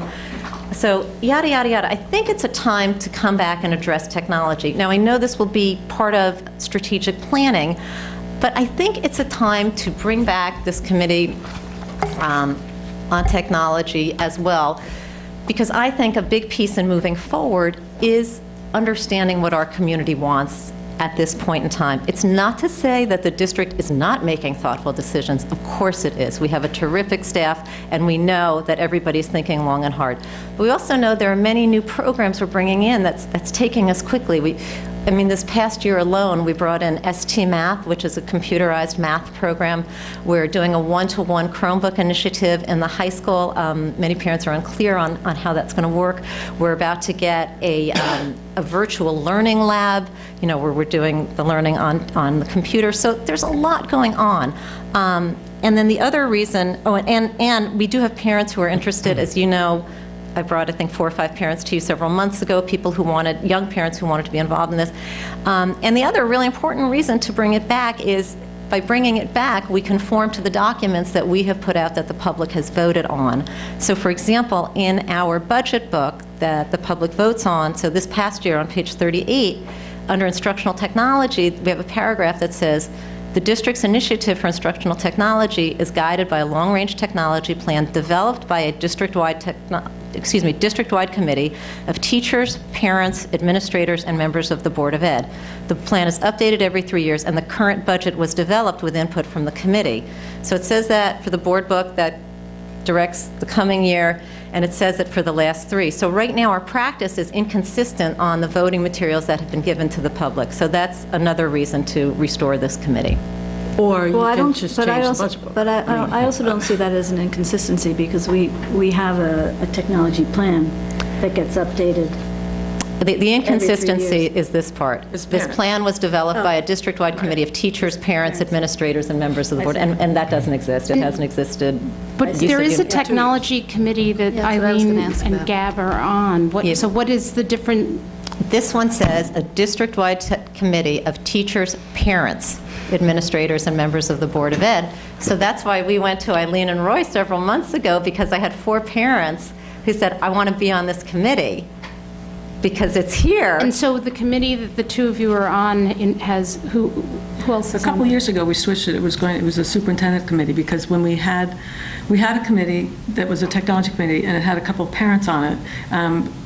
Over time, they tended not to come, and we got to the point where there was such focus on implementation and what was going on. It really got very, to borrow one of Gab's words, granular. Yeah, I mean, you got down to stuff. So it was not a sort of philosophical discussion of how do we address technology and things like that. So there's so much in the thick of not knowing what the technology was at that point, because back then it was like 2005. We had a technology director. We actually would walk through the error log at the meetings. So oh yeah, I remember being on that committee at one point. How many PCs were down and things like that. Yeah. On the other hand, I think it might be useful at this point, because there are so many large changes going on, to have sort of maybe even a quarterly discussion with a larger group on technology. Yeah, I think that my concern when you brought this up, from a lot of different perspectives. It doesn't have to just be about nuts and bolts. It could be about, should we be having a required programming class at a certain age or something like that? I mean, it could be about all elements of, So the committee you're on right now, it's got teachers and administrators. Basically a representative from each School building. Thank you. From each school building. Jeremy, Angela was on it before he left. Maureen. And it really got into sort of like the large sort of shifts that we were doing, like where, some of it was nuts and bolts, some of it had to do with how far is Google Classroom spreading, are we finding any issues in different things that we're doing? Teacher development. Teacher development issues, yeah, and things like that. But I mean, Chris did the survey. Like something that engages people in the community in some of these larger decisions, as we did. What was the last thing you just said? I said I'm all for anything that engages people in the community with these larger decisions. Yeah, I guess that's, I think that if we can keep it from being a sort of recitation of how many PCs are down. I think that there's really 2 different sort of paths. There's the one that's the nuts and bolts, and you have to know that. And it's helpful, I think, for us to know it as well. But there are discussions. And Mike when I talked to you about this, I'm not sure, because after having heard those parents talk, do 2 people on a committee change it? Or do you have like an ad hoc committee that says, we've had lots of changes in the last few years, why don't we take a pause and see where we are, read the temperature, and sort of do it, and then say, give that committee a specific task, like can you evaluate, are we getting the bang for the buck in technology? Is it working? Is it working uniformly? Is it working better in high school than it is in elementary school? And sort of get some, so but I think that you have to have a reason for that committee to exist that has some goal in the end. So this would, align to the technology plan in terms of what we're using technology for in terms of supporting education. But I don't want it to get too far out there because I feel like we end up going back to the strategic planning, the big strategic plan, which was so pie in the sky that it became big chunks of it ended up not actually being used. So I'd really like to be able to say, this is what we want, this is the task we want this committee to look at. Because otherwise I think you lose people too. And people's time is valuable, and they need to be able to really get into something and feel like they're going to have something come out of it. So I think if we're going to do it, then we really have to identify what it is, not just a place where people can come and talk about technology. I don't think that will really be that useful in the end. Those are my thoughts on it. No, I think there has to be guidance, and I'm certainly not talking about, deciding what kind of PC we buy or, what kind of hardware we buy. But it's more, a lot of it, again, I think, is what do parents want to see in the classroom? I mean, really, take the most basic level, a smart board or a whiteboard. I mean, I was very taken when I was looking at, the most elite prep schools in the country, and they have whiteboards and no smart boards. That's not saying to take them away, but it was just interesting that Phillips, Exeter does not use them, and it makes you think, why do, again, we may use them, we may not, but I think a lot of it is philosophically, where do we want them to be? I mean, there are a lot of students who are not psyched about the one-to-one Chromebook ratio. I think feedback from students is really good. The ST Math, I'm hearing mixed things. Let me just go back a second for what you're saying, though. You're talking about the hardware. It really has to do with what is being done with the hardware in the classrooms. I mean, a pencil is a hardware. If a teacher really can't do anything right with a pencil, that's the same problem if they can't do anything right with a smartboard. So I'd like to get the conversation to be, that technology be less about smartboards, yes or no, and what are the teachers doing with the smartboards in the classroom. It's much more about how it's getting used. There are some people who are masters with it, and the things that they can do with it are amazing, and some aren't doing that. And I think it's a much more nuanced conversation about the usage and the applications and the way it's being used, and maybe that's an age-appropriate thing going through, but it shouldn't just be about smartboard, yes, no, this piece of hardware, yes, no.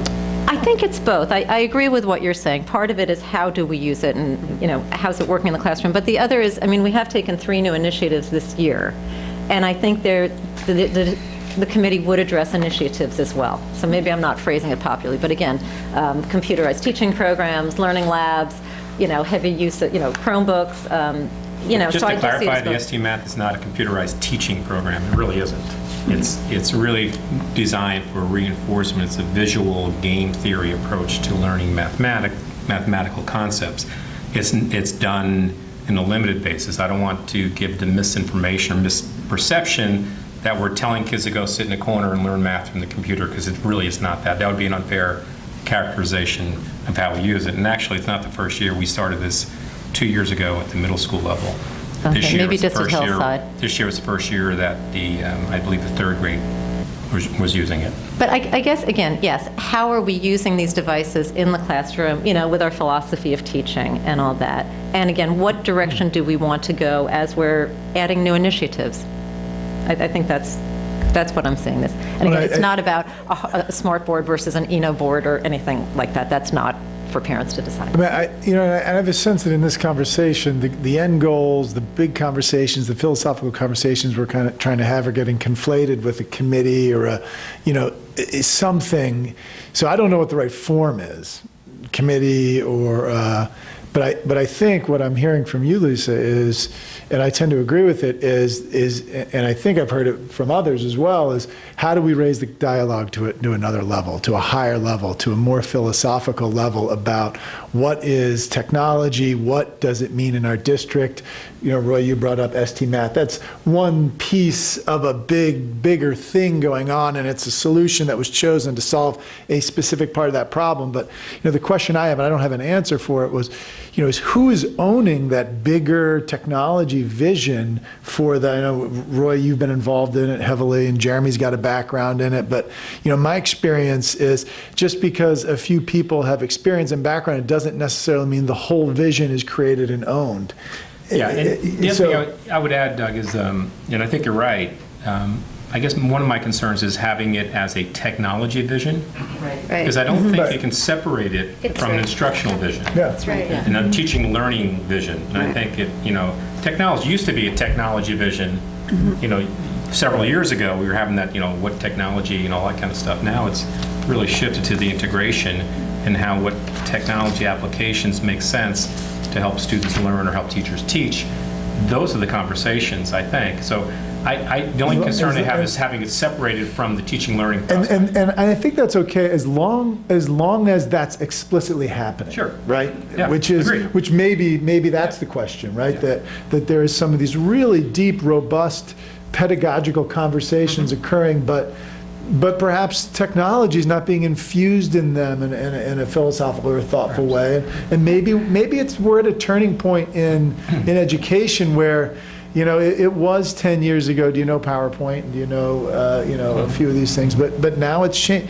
So maybe we have to come back to this and think about what's the right forum and process to have this. Because I agree, Donna, what you were saying about special ed. It also, I think, applies to technology. If you're not careful, you form. And I think this is, Eileen, what you were saying. You get people sitting around in a meeting that kind of know they want to do something good, but they're not sure what it is, so they're looking at error reports before they know it. And they really came in with great intentions, but they're leaving like, this doesn't feel good for anyone involved, and the solution becomes, let's disband this thing. But that's not the solution, right? That's just the stopgap. So I really think we need to be thoughtful about how we engage. Eileen mentioned everyone's time is valuable, everyone in these, because these are really big, meaty problems. I don't know what the answer is. But, I mean, it sounds to me that when you start talking about educational philosophy and how technology advances that, it really becomes part of the curriculum committee. And I think that we've been talking about largely doing our curriculum committee as a committee of the whole, so that as a board altogether, we can have those philosophical conversations, and so that we can discuss so because I think if you isolate technology, it does start to become the technology that's the focus instead of, how you want to teach children and what you want to teach children. And if in the process of talking about curriculum, on a particular topic that you're discussing, it makes sense that that there's some technology infusion in terms of how it's being done. It sort of becomes part of that conversation. I just don't know if at the board level, at the policy level, if technology belongs over here and curriculum belongs over here. I also think that, since, as you know, one of the big things we'll be doing is our strategic plan. I have to believe that this is going to be a major part of our strategic plan, and my sense is that this kind of thing will emerge out of that, either a follow-up committee of some kind or something related to the strategic plan in this particular area, because it's going to be a part of it, no doubt. Technology will be a part of it. I assume curriculum instruction will be, all of that will be mixed in there. And I think that's where we can get at some of those larger discussions about direction, what we want to be doing, how do we want to be doing that. And I think, my sense again is that I think a committee might emerge out of that. So I'm not opposed to the idea. I'm just wondering if we should hold off just a little while to see what could emerge from those discussions that we're going to have. Certainly address it in the curriculum committee. Well, I was just going to say, to dovetail off of what Donna was saying, our neighbors in Dobbs Ferry, and rather than having a committee just on curriculum instruction, they have their curriculum instruction and technology committee, which might be a good, a good starting point for us while strategic planning happens. In contrast, Ardsley has a pure technology committee, but I think I like the idea of integrating it with curriculum, and especially if it's a full board meeting, that could be, like I said, a nice starting point for it to see where it goes. Sure. I would agree with that. Okay. Well, as the summer goes on, we'll have to figure out the standing committees that we have.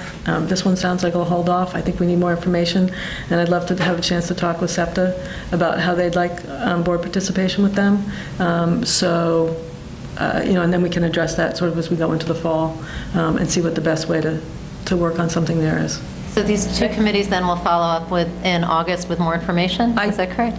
Well, I'm just not sure if I'm reading I think that the technology one, I think we'll bring in under the, particularly since we have Jeremy as our director of curriculum, and he has such a strong technology background, I think that would be a really, straightforward place to meld the two for the time being. And then as we go through strategic planning, we'll see what comes out of that. So I think that one would be hold off, but I think, certainly if we want to do something with SEPTA or the special ed parent group generally, I'm not sure if they're all in SEPTA, but I think it's pretty representative, then, I think that's a discussion we can have going forward. So. I'd like to raise something that we've raised in the past and that the PTSA has never gone along with, which is having a liaison to them. And every time we've ever asked them in the past, they've said no, because they didn't want a board member sitting in one of their meetings. But, I know that the presidents of the PTA meet with you on a regular basis, but I think it would help the board to somehow have our finger a little bit on the pulse of what the parents that are involved in that, especially, I know years ago when I was on the PTA board, one of the things that was useful, even if you only had children in one building, because the VPs report back to the PTSA board about what's going on at all the liaison meetings and what issues are being raised, and because the PTA, no matter when we schedule our board meetings, keeps moving them so that they're at the same day and frequently the same time if we have an executive session, it's very hard for us to attend those meetings ourselves, so that if we can somehow have a regular dialogue with the PTSA, we could be hearing about what's going on there. And I think that I think it just would be nice. I mean, it doesn't mean that one of us has to go to every single one of their meetings, but if there was someone that was designated as a liaison to the PTSA. I can read out to Jackie. But Donna, I'm staying on as president emeritus, so I'll be at every meeting and I can report, just FYI. But I also think that with the PTSA president, co-president meet with, having a meet with Roy is also another vehicle that, at least in the past, used to work very well, and they would also then report back to the board, to the PTSA board. Donna, are you talking about somebody going to executive session? I'll be going to our executive session anyway. I had no idea that because when I came on the school board, I was told I couldn't be on the PTSA anymore, so I had no idea that you were staying on the I called the New York State School Board Association. They said it's fine. It's no conflict at all. Funny, because Wendy and I were told we couldn't stay on. And I was told that as well. Oh, no, because I actually, before I started to run, I called to make sure. So, they said it was fine. The attorneys there said it was fine. I think there was a bit of a sea change in these things, because we did the same research when I was on the board of the foundation, and there were numerous foundations across the state that had board members and superintendents on their foundation. But I think the board at that time, back in... The Hastings board. Our board at the time felt that these things were conflicts and that people should, we should have liaisons but not have joint board members. So that might have been why the decision was made. That was more of a local decision. I don't think it was statewide trend. Oh, yeah, I never thought that it was the state saying I couldn't. I thought it was that, in talking to the board president at the time when I was going on, he had requested that I not be on the PTSA. Not be on. So I didn't realize, because I assumed you weren't staying on as a PTSA president while you were on the board. Emeritus. Yeah. So that's just for this one year? Yeah, because then my youngest will graduate. It's interesting when you say the liaison. I think now, I do recall when the board had asked, then again, I think it was my first year on the PTSA, but I think what I understood was did we want a board member coming to our meetings? And I think the president at the time said, no, thank you. But I think that... To liaison meetings? No. Well, no, this is where I think there may have been a lack of, maybe the communication was unclear, because I think what was what was taken in by the PTSA is, did we want a Board of Ed member at the exec board meetings? And the president at the time said no. I don't think that's what you're asking. Although Donna's talking about our being able to not have a conflict between board meetings and liaison meetings at each school, so that we could... Well, yeah, there were two parts. And I will say, I had to miss our last meeting, I think because I was giving the awards at the senior award night. But I think they did have, I will clarify this, I think there was a discussion, and I think they're going to rotate the various evenings that the meetings are on. We should get we should make sure everybody has all the dates. I'll talk to Jackie. Again, I wasn't at the meeting, so don't quote me on that. Okay. But at least the other thing, I mean, I did say both of those things, because the other suggestion was, having one of our board members periodically sit in at one of your executive, one of the PTSAs, the same way that that when Karen was our liaison to the foundation, she goes to the foundation board meetings. And so it was just a way, so when questions come up that the PTSA has that someone from the school board can answer, or if there's information to bring back here, and we were always told no. I only remember the question being asked my first time there. Again, okay, but in any event, it should be moved, right? We can just move forward. I'll be there. If you're there, so. Right. Yeah. So I think there are a lot of things to follow up on there. Yeah. So, work on those. All right. Public comment? Just very, very. Sure. Help yourself. Just, name and number. Hi, Christina Mitchell, 45 Hudson Street. I'm a parent, and I'm also a new co-president of SEPTA. I've been a co-VP president before. In any event, we're basically here. We just wanted to say that we find the idea of having either a liaison or potentially a committee for special education as part of the Board of Education intriguing. And we certainly would encourage the Board of Education to research it, consider options. And I know Lisa had brought it up, and also Eileen had mentioned you'd reach out to us, and we are more than happy to discuss it with you and kick around ideas and let you, know what sort of our membership is thinking as well. Okay? That's great. Thank you. Okay. Anything else that people would like to bring up? Oh, do we need to talk about solar? PM only. All right, so the last little thing. No? If you want, that's fine. For the benefit of Doug and Lisa, we have been working for a couple of years to find out if there's a possibility of putting solar on the roof. We had gotten to the point where we had a contract with, we had sort of an intent to contract with Solar City for both this building and Hillside Elementary.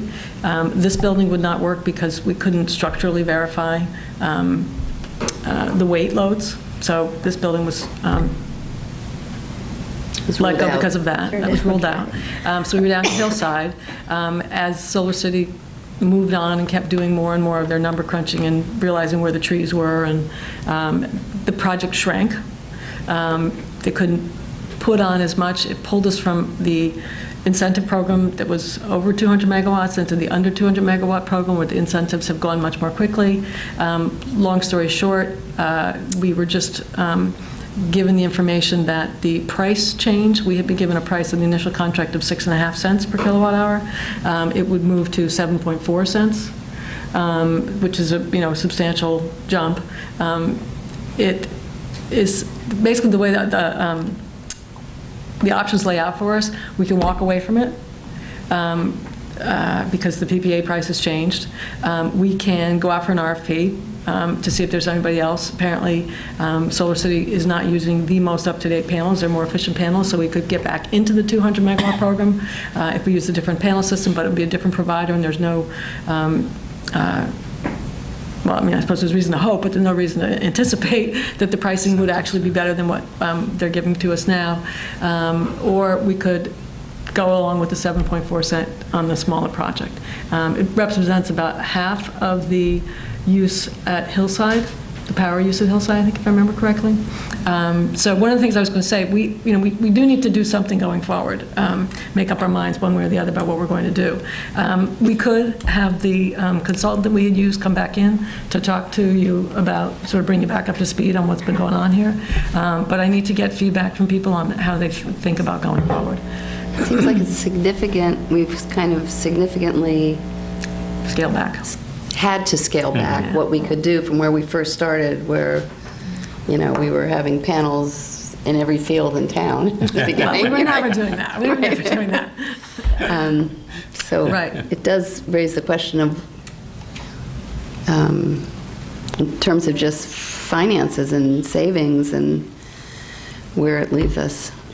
Eileen, could you talk about the money issue a little bit, just as background, I guess? What are we currently spending, and what would this be an increase in what we're spending, or a decrease, or? Yeah, I mean, the numbers for Con Ed have come down significantly in the last 3 years. When it started, this would have been below their costs, but it now is, it's gone the other way because of the change in pricing. With that increase that's being proposed by Solar City, it would be an increase to our kilowatt. Our kilowatt price is closer to what our initial contract price was, which was 6.5 per kilowatt hour. But like Eileen had said, I mean, the one thing with solar, and it's a gamble, we would be locked in, well, we have a 2% escalation on that price. So, if the electrical prices were to rise significantly, then you'd be better off. But, it's kind of a gamble at this point with what the price, where we see the numbers now. The other thing that was helping us was looking at a battery storage and the Solar size of City the system. Solar City will not do that. This is not large enough. Because that was to help with the demand charges are very large. And then run it when demanded. Prices are high. Maureen, do you have any sense of an annual cost, what this increase would run us? I'm going to put it together. I said, Eileen and I had spoke about it earlier today when we got the change back from Solar City, and I'll definitely send out that information once I have the opportunity to pull out all the current NYPA bill, just because I want to give you an accurate dollar amount of what this, what would it have been versus what now with this new proposed price. And for the amount of electricity that they generated, because that's down also. Right.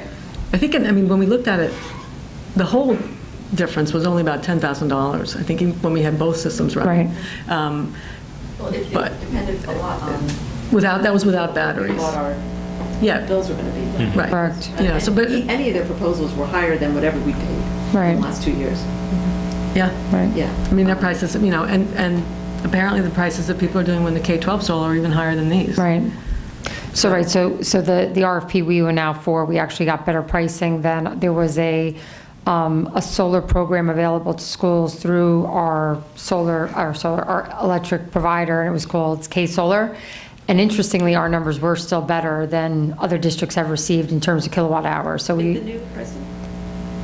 Yeah, versus 7.4. Yes, some school. I mean, the only one I know, Somers had some better numbers, but they're in two regions. They're in Con Ed region, and also Central Hudson or something, or maybe NYSERDA. So they had two different rates, but they were definitely, our initial rate was better than, I know, like Hendrick Hudson and different people I spoke to. So for our initial rates, but it is still higher, to your point, than where we currently what we're paying. Yes. Mm-hmm. I mean, I think like I said, if that were to change, we could potentially be better off, but that's a guess right now.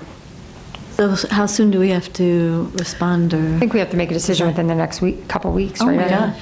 Really? Well, we have to. That is just them rushing us again, and how much of that is actually. Well, it's remember we would need the install for the federal incentives done by August. Remember, that was the plan initially with the old rate. Are we getting the federal incentive with the lower? Yes. Yeah. There was still the need to have them installed by the end of August. That's why the roof at Hillside, we've been pushing them to finish that roof quickly. Right. Eileen, you said it would provide half of the energy for Hillside, is that correct? It's about half of what we use at Hillside. Might be a little bit smaller now that it's going. So I mean, again, the risk is only half. Yes. Yes. Yes. Sorry, very skeptical. And how many trees have to come down? Right, I'm skeptical. Is the Lorax going to come after us? Yeah, exactly. I mean, it does require us having some trees have to come down around Hillside so they don't shade the panels. Right. Mm-hmm. So some of the drawbacks are that there's some tree removal that has to happen. There's no battery. The volume that they're looking at is our current volume of electricity use at Hillside, right? Well, they're talking about 170 kilowatts, and the initial project was over 200 there. Yeah. So I think it was like 210 or something. It wasn't a lot over, but it was over. So it's down, 20%. One of the things we talked with them about is that at some point we might need to do more thorough air conditioning at Hillside.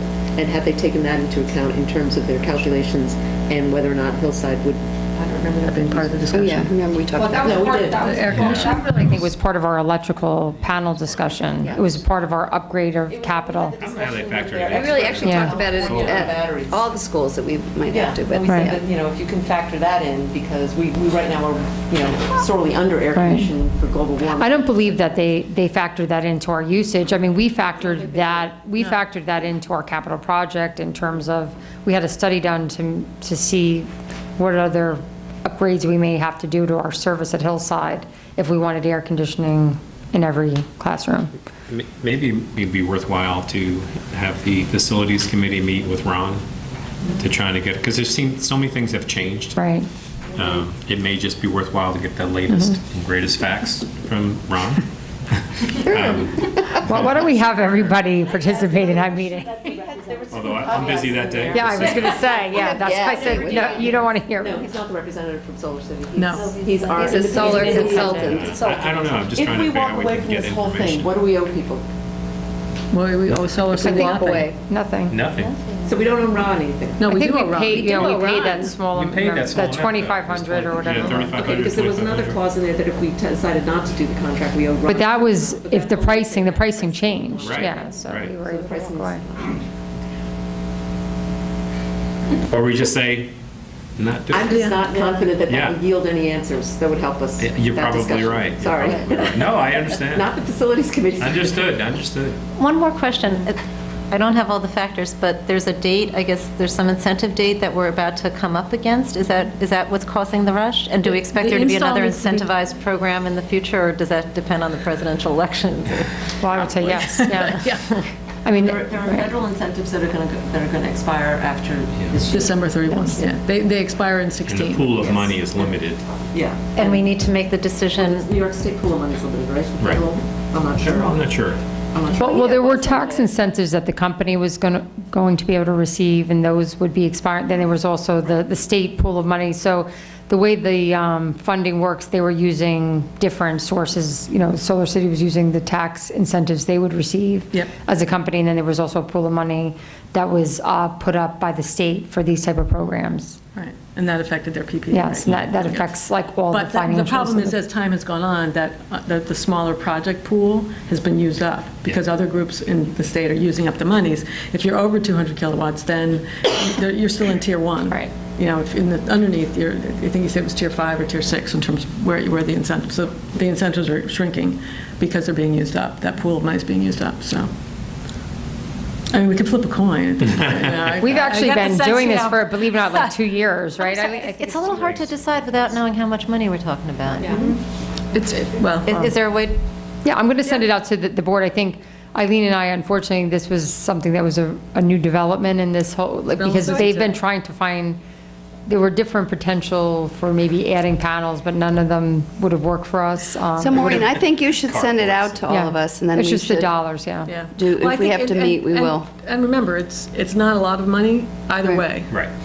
Look, it's very hard to give up the idea that we would do something solar in Hastings. No, it's hard to give that up, even though it might end up being, really what makes the right. Does this dovetail into we're doing like a solar program with Dobbs Ferry. Are there incentives through that as well? I think that's just residential, isn't it? I don't know. That's the residential program that's in the towns, The yeah. things that because everybody's doing that is on ComEd. And that is Solar They City, get- I think that's. Oh, okay. They get a different set of incentives. Where would New York Power NYSERDA, Authority, yeah. which has actually lower rates for the district than what we would get if we were with ComEd. ComEd customers. But so there, it's a different set of incentives. We all wish we were with NIPA. But in what Jody said, our community does welcome this sort of thing. And again, we don't want to make it so much money that it's a problem, but if it's not, we may want to lean in that direction. It's very appealing to do it, just like it is at home, but when I got told I would have to take down all my trees, I opted to keep my For the trees. sake of philosophical reason is not the reason to do it. Yeah. Is there any educational value? Could this be, could our children be learning through? We have solar panels on the roof right have a now. small set of Small solar solar. panels in So the education is there already. have that. I'm not sure even having more of it is going to change the lesson. So Maureen should send it out to us, and then we'll do what we need to do. We'll take a We feel and need then to we'll meet, go. or facilities needs to meet, Yeah. right? Yeah. Okay. I mean, like you said, the science does continue to get better, so I mean, maybe if it doesn't work out this time in a year or so. It's just, we just did roofs, so that was why the whole thing. Just real quick, I wanted to give you the latest on kindergarten enrollment, because you know that always change. Right now, we're about 92 Wow. enrolled. So I think we'll still be okay with 5 sections. Well, we were last year, like 1. What were we last year? Last year, we had to add a 6th section, so we were about 116. Weren't we close to 120? Yeah.